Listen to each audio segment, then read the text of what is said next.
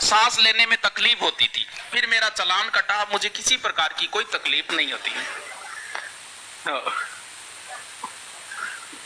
Thank you. शायरी थोड़ी था। देखो, अपने आप को बदलना तो पड़ेगा।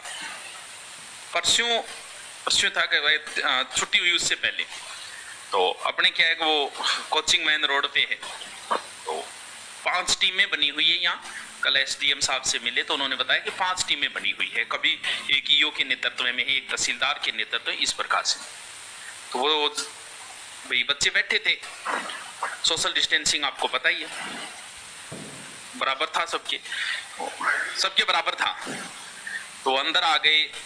तो बात यह कि अगर आप अच्छा कार्य करते हो तो आपको जल्दी से समस्याएं नहीं आती है, अगर आप अच्छा कर रहे हो। तो उन्होंने कहा कि देखो, कोरोना का माहौल है और हमें पता है आप 1100 रुपये में पटाते हो, बचना आपके कुछ है भी नहीं। अब अगर हम बच्चों के कुछ के चालान काट भी देंगे तो वो भी आपको भरने पड़ेंगे, आप बच्चों को भी नहीं कह सकते ले आओ। तो पीछे 5-7 कार्टून बैठा बिना मास्क, तो हम काटिए 2100 रुपया चालान काटे, यानी प्रत्येक दुकान के अंदर ही काट के गए थे, वो तो अपनी दुकान ही है पीछे। बात यहां समाप्त नहीं होती है, बात तो अब शुरू होगी।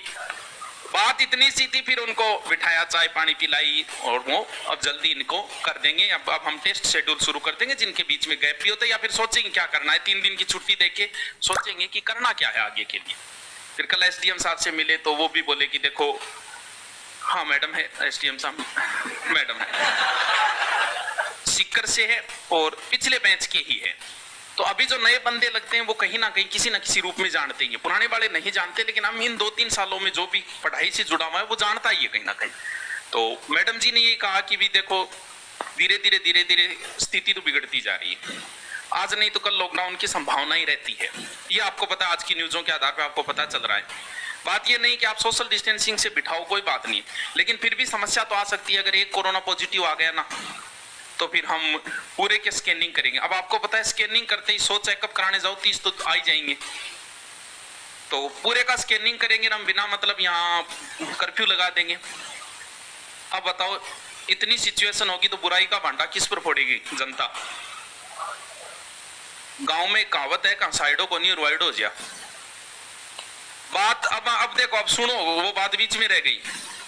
आए, उनको चाय पानी पिलाई और 5-7 बच्चे जो थे उनको चले गए 5-7 मिनट, ठीक है, जानकारी थे, वो कांस्टेबल थे तो वो भी जानकार थे, यो साहब नहीं थे, वो अलग बात। अब बात बनती है मार्केट में, आपने भी सुनी होगी नई नई बातें। 3 तरीके के लोग होते हैं, 3 तरीके के जुआ खेलने वाले होते हैं। 3 तरीके बताया था, जुए का एक दिन बताया था ना, 3 तरीके का जुआ है, वैसे 3 तरीके। एक तो होते व्यवसायी लोग, जैसे बाकी स्कूल कोचिंग चल रही है, जैसे हमारा पता चला उन्होंने तुरंत एक्शन ले ली कि उनके पढ़ाए, तो वो तो होता है व्यवसायिक माइंड, बिजनेस माइंड। तो उन्होंने भी फोन कर लिया, गुरुजी क्या वामो ये है, आप भी बंदी कर दो अगर चला रहे हो तो। वो पहली कैटेगरी है। दूसरी कैटेगरी है जो सिर्फ उसी पे बात ध्यान देती है, बोल भी छापो और लॉकडाउन में करना, ये दूसरा। अब आती है तीसरी कैटेगरी। अब नई नई बातें, मैं गुरुजी से कह रहा था, हमारी मार्केट वैल्यू कितनी है अब आपको पता चलेगा। सब दुकानों में चालान काट के गए, अपना भी काटिएगा, लेकिन अब चेक करना कि अपनी बातें हवा बनती है कि नहीं बनती, तब तो हम मार्केट में जिंदा है। नहीं बनेगी तो फिर कमजोर है हम। आपकी भी मार्केट वैल्यू इसी चीज से, मैं बीमार था, लोगों ने पूछ पूछ के मार दिया, तो इस चीज से पता चलता है कि आपकी कितनी चर्चाएं हो रही है। एक को फोन आया, बोल गुरुजी मैं सुनो इनकम टैक्स छापो पड़ गयो, यार 1100 रुपया पूरा लियो, इनकम टैक्स और पड़ोगे सामने आ रहा, मेरा इनकम टैक्स आया तो बागुन लियो, आ गया इतना सा घाटो आया, मेरा रुपया देके जाओ थे, आया तो आया कि यहाँ तक ठीक थी। फिर एक कैटेगरी और आती है, पैसा वो तो मुझे बताते हो शर्म आ रही, पर क्या बताऊं, मतलब का रेंट पड़ी है, मतलब होटल में पड़े करे पा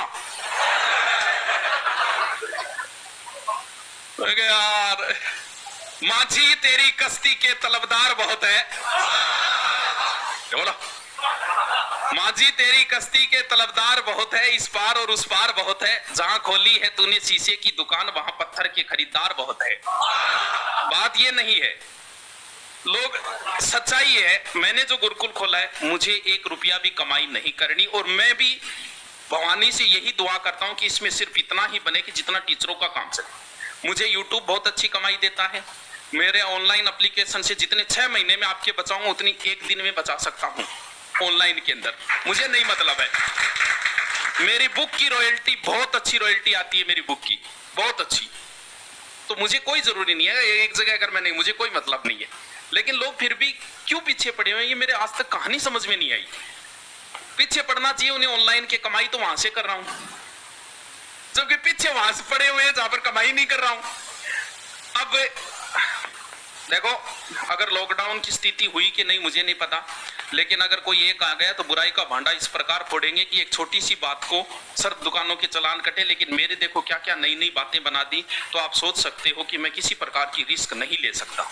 हाँ, अच्छे बुरे सब लोग होते, वो आए वो सारे अच्छे थे, कंप्रोमाइज किया बनाने को, वो बहुत बड़ा मुद्दा बना सकते हो। कल जयपुर की कोचिंग का एक मुद्दा बना था, एक कोचिंग का वीडियो रिकॉर्ड करके पूरा मुद्दा बनाने वो भी बना सकते थे, लेकिन उन्हें पता है कि मैं कर क्या रहा हूं। वो साथ वाले कांस्टेबल साथी थे, वो सब जानते हैं कि गुरुजी क्या कर रहे हैं। इस हिसाब से उन्होंने अपने आप को किया कि ठीक है 2-3 मास्क को लगा के आंगुल चलान काटना जरूरी है, बाकी ठीक है और बंद कर ही दो, ठीक होगा। क्यों? क्योंकि बिना मतलब का लोग माहौल बना देंगे।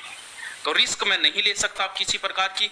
नए एडमिशन जो हुए थे लगभगों को फीस वापस दे दी, लेकिन आप में भी बहुत सारे नए बच्चे हैं। अब सिर्फ टेस्ट शेड्यूल से ही हम काम कर सकते हैं, क्लास में तो नहीं बिठा सकते किसी सिचुएशन में। टेस्ट शेड्यूल भी एक दिन छोड़ के एक दिन होगा, जितने दिन 20 दिन मान लो, 20 दिनों में माहौल का पता चल जाएगा, फिर हम वापस वैसे ही क्लासें शुरू कर देंगे अगर सरकार ने इजाजत दी तो, वरना तो सिर्फ टेस्ट शेड्यूल होगा। बात यह कि अगर लॉकडाउन हुआ तो मैंने पहले भी आपको एक बात बताई थी कि योग्य व्यक्ति जो है या जिसे कुछ हासिल करना है उसके लिए एकांतवास बड़ा जरूरी है।